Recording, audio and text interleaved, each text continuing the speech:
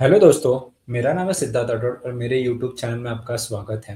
तो अगर आप इस चैनल पे नए हो तो इस चैनल को आप सब्सक्राइब भी कर देना।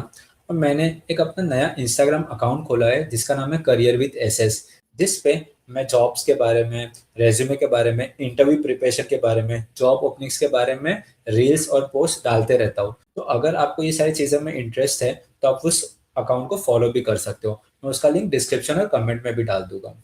तो बहुत लोग मुझसे कनेक्ट करते हैं गाइडेंस और मेंटरशिप के लिए, और वो लोग पूछते हैं कि सर, क्या इंटरव्यू कॉल लाने के लिए जॉब डिस्क्रिप्शन में जितनी स्किल्स लिखी रहती है क्या वो हमको सारी आनी चाहिए? वो सारी स्किल्स क्या हमको हमारे रेज्यूमे में डालनी चाहिए? अगर कोई स्किल्स है जो जॉब डिस्क्रिप्शन में लिखी है लेकिन हमको नहीं आती है तो हम क्या कर सकते हैं जिससे हमको इंटरव्यू कॉल भी आए? तो आज के इस वीडियो में हम लोग वही डिस्कस करेंगे। तो चलिए हम लोग स्टार्ट करते हैं।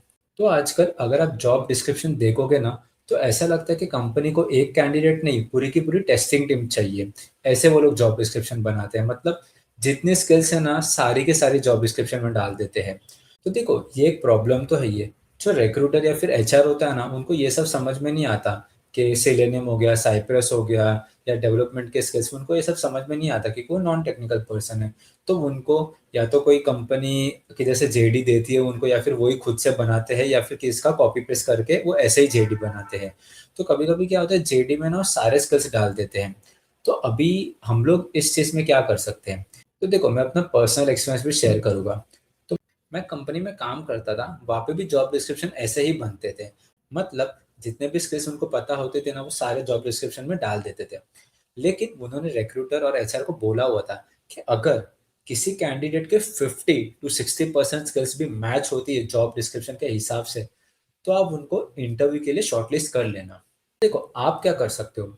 अगर आप कोई जॉब डिस्क्रिप्शन देख रहे हो और अगर आपको लगता है कि हाँ, ये 50 to 60% स्किल्स जितनी लिखी है ना वो मैच होती है, तो आप वो पोजीशन या फिर कंपनी के लिए अप्लाई कर सकते हो। क्योंकि बहुत सारी कंपनी ऐसे होगी, उनको पता है सारे स्किल्स तो नहीं मिलेंगे। देखो, अगर आपको भी किसी को हायर करना है तो आप क्या करोगे, सारे स्किल्स डाल दोगे, करेक्ट? अगर किसी को आता है तो बढ़िया, आपको अच्छा मेंबर मिल जाएगा। नहीं तो अगर किसी को नहीं आता तो एटलीस्ट 50 to 60% भी स्किल्स मैच होती है तो मैं हायर कर लूंगा। तो ऐसे ही होता है।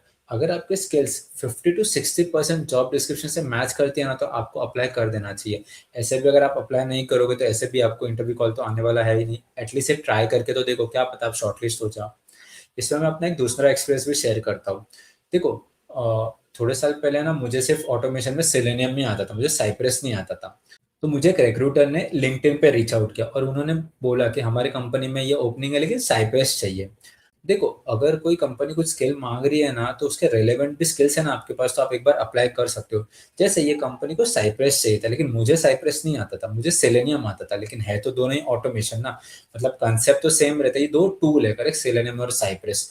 तो मैंने उनको बोला कि सेलेनियम आता है, हाँ। मुझे साइप्रस की नॉलेज थी, ऐसा नहीं था कि मुझे साइप्रस के बारे में कुछ नहीं पता था। साइप्रस की मुझे अच्छी खासी नॉलेज थी, तो मैंने उनको बोल दिया। तो उन्होंने ना मुझे इंटरव्यू के लिए शॉर्टलिस्ट कर दिया। फिर इंटरव्यू में ना उन्होंने सेलेनियम नहीं, इंटरव्यू में उन्होंने पूरा साइप्रस ही पूछा, पूरा साइप्रस का पूछा। उन्होंने प्रैक्टिकल कोड लिखने को बोला, बोला कि कैसे आप साइप्रस में ऑटोमेट करोगे। पूरा इंटरव्यू साइप्रस पे ही था। तो मुझे आंसर आते तो मैंने मोस्ट ऑफ द आंसर उनको दे दिए। तो देखो, इनको साइप्रस चाहिए था लेकिन मुझे सेलेनियम आता था, तो फिर भी इन्होंने मुझे शॉर्टलिस्ट कर दिया। तो ऐसे ही अगर आप कोई ऑटोमेशन रोल के लिए अप्लाई करो, आप देख रहे हो कि कोई और टूल मेंशन है जो आपको नहीं आता है, तो आप क्या कर सकते हो यार, आप बोल सकते हो कि एक्सपीरियंस नहीं है लेकिन आपको उसके बारे में नॉलेज होना चाहिए। ऐसा नहीं होना चाहिए कि जैसे मेरे केस में था कि मैं बोला सेलेनियम मुझे आता है, लेकिन अगर वो साइप्रस के बारे में कुछ पूछे तो मुझे कुछ भी नहीं आता है। ऐसा नहीं होना चाहिए। भले आपको एक्सपीरियंस ना हो लेकिन आपको उसका नॉलेज होना चाहिए, तो बेनिफिट करता है। जैसे मेरे केस में ऐसे ही हुआ, इंटरव्यू अच्छा गया और उन्होंने मुझे शॉर्टलिस्ट भी कर दिया, मतलब ऑफर भी दे दिया। तो ऐसे ही होता है। आपको 100% जॉब डिस्क्रिप्शन के हिसाब से सारी स्किल्स नहीं आनी चाहिए। अगर आपको 50 to 60% भी आता है तो आपको अप्लाई कर देना चाहिए। फिर एक नेक्स्ट क्वेश्चन आता है, तो क्या रेज्यूमे में हमको सारी स्किल्स डालनी चाहिए जो जॉब डिस्क्रिप्शन में है? ऐसा मत करो। अगर आप जॉब डिस्क्रिप्शन से सारी स्किल्स उठाते हो, अपने रेज्यूमे में सारी की सारी डाल देते हो ना, तो कंपनी को भी पता चल जाता है कि ये कुछ तो गड़बड़ है। क्योंकि एक कैंडिडेट को इतनी सारी स्किल्स आना आ सकती है, एक दो एक्सेप्शन होते हैं, लेकिन मोस्ट ऑफ द लोगों को इतनी सारी स्किल्स नहीं आती जितनी जॉब डिस्क्रिप्शन में लिखी होती है। तो आपको क्या करना है, आपको जितनी स्किल्स आती है ना, वो ही आपको आपके रिज़्यूमे में डालनी है। हाँ, अगर आपको कुछ एडिशनल आती हो जिसका आपको एक्सपीरियंस ना भी हो लेकिन आपको आती है, तो वो सारी स्किल्स आपको डालनी चाहिए रिज़्यूमे में।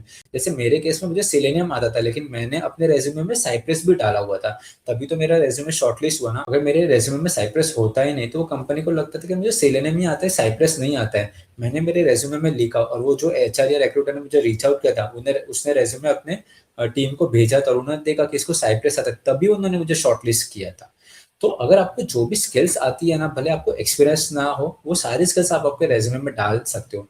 बहुत लोग ऐसे पूछते हैं कि सर हमको एक्सपीरियंस तो नहीं है ना, हम कैसे डालें? नहीं, नॉलेज है ना, तो भी आप स्किल्स वो अपने रिज़्यूमे में डाल सकते हो। तो देखो ये प्रॉब्लम बहुत सारे लोग फेस कर रहे हैं कि है ना, जॉब डिस्क्रिप्शन बहुत खराब बना रहे हैं आजकल, अच्छा नहीं बना रहा है। देखो वो हमारे हाथ में नहीं है, हमारे हाथ में जो है ना वही मैं आपको बता रहा हूँ कि आप क्या कर सकते हो। अगर आपका 50 टू 60% स्किल्स मैच होता है, अगर आपने जो-जो स्किल्स आती है, जो भी नॉलेज भी है, बोले आपको एक्सपीरियंस नहीं है, वो आपने आपके रिज़्यूमे में डाला है, तो आपके शॉर्टलिस्ट होने के चांसेस ज़्यादा हो जाते हैं। तो इधर बहुत लोग बोलेंगे, "अरे यार कंपनी थोड़ी सिलेक्ट करती है, हमको सारी स्किल्स आने ही चाहिए।" तो देखो, मैं ऐसे नहीं बोल रहा हूँ कि सारी कंपनी आपको शॉर्टलिस्ट करेगी ही करेगी, जो मेथड मैं बता रहा हूँ वो अगर आप अप्लाई करोगे तो। लेकिन 10 में से एटलीस्ट 3 से 4 कंपनी होगी जो आपको शॉर्टलिस्ट कर लेगी।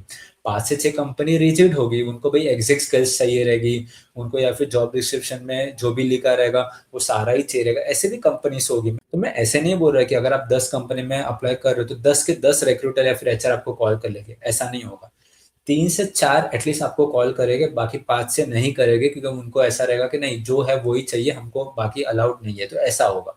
तो इससे क्या होगा, एटलीस्ट आपको देखो 3 से 4 भी रिक्रूटर के कॉल आ रहे हैं, आप इंटरव्यू में बैठोगे, एक ऑफर तो क्रैक कर ही लोगे, करेक्ट? आपको एट द एंड एक ही ऑफर चाहिए, कोई 10 से 15 ऑफर तो हमको चाहिए नहीं। तो आपको ऐसा करना चाहिए। इसमें एक चीज़ बहुत इम्पोर्टेंट है, आपका रिज़्यूमे। देखो, बहुत लोग है ना रिज़्यूमे ऐसे ही बना लेते हैं, किसका डिज़ाइन कॉपी किया, इधर-उधर से लिया, ऐसा नहीं होता। आजकल एटीएस फ्रेंडली मतलब applicant tracking system friendly resume चाहिए रहता है। आपको पता होगा करेक्ट कि कंपनी आजकल मैन्युअली रिज़्यूमे नहीं चेक करती। आप ऐसे समझ सकते हो एक सिस्टम है, एप्लीकेंट ट्रैकिंग सिस्टम जो आपका रिज़्यूमे शॉर्टलिस्ट करता है और फिर अगर आपका रिज़्यूमे शॉर्टलिस्ट हुआ, तो आपको इंटरव्यू कॉल्स आते हैं। तो आपको आपका रिज़्यूमे एटीएस फ्रेंडली बनाना है, क्योंकि अगर रिज़्यूमे आपका प्रॉपर नहीं होगा ना, तो भले ही आपको कितनी भी स्किल्स आती हो, लेकिन आपको इंटरव्यू कॉल नहीं आएगा क्योंकि रिज़्यूमे पहले जाता है। करेक्ट? आप नहीं जाते, आपकी स्किल्स नहीं जाती। तो अगर आपका रिज़्यूमे ही प्रॉपर नहीं है, तो आपको स्किल्स दिखाने का मौका ही नहीं मिलेगा क्योंकि आप इंटरव्यू में जा ही नहीं रहे हो। तो इसलिए रिज़्यूमे पे काम करो और जैसे मैंने बताया है कि जब अप्लाई कर रहे हो तो मैंने जो बताया वो सारी चीज़ें देखो और अगर लगता है कि हाँ भाई स्किल्स मैच हो रही है तो अप्लाई कर दो एटलीस्ट। क्या पता एक चांस हो जाए कंपनी आपको कॉल कर ले और वही आपको ऑफर लेटर मिल जाए। तो ये क्वेश्चन बहुत सारे लोगों के होते हैं क्योंकि आजकल जॉब डिस्क्रिप्शन ही ऐसे बन रहा है, तो मैंने ये वीडियो में ट्राई किया बताने का कि आप क्या कर सकते हो, आपके हाथ में क्या है, आपको क्या-क्या करना चाहिए जिससे आपको इंटरव्यू कॉल्स आना चालू हो जाए, भले ही जॉब डिस्क्रिप्शन खराब बन रहा हो। तो आज के इस वीडियो में इतना ही। अगर आपको ये वीडियो अच्छा लगा होगा तो इसको लाइक और शेयर ज़रूर कर देना और मेरे चैनल को आप सब्सक्राइब भी कर देना ताकि आप मेरे ऐसे अपकमिंग वीडियोज़ मिस ना करो।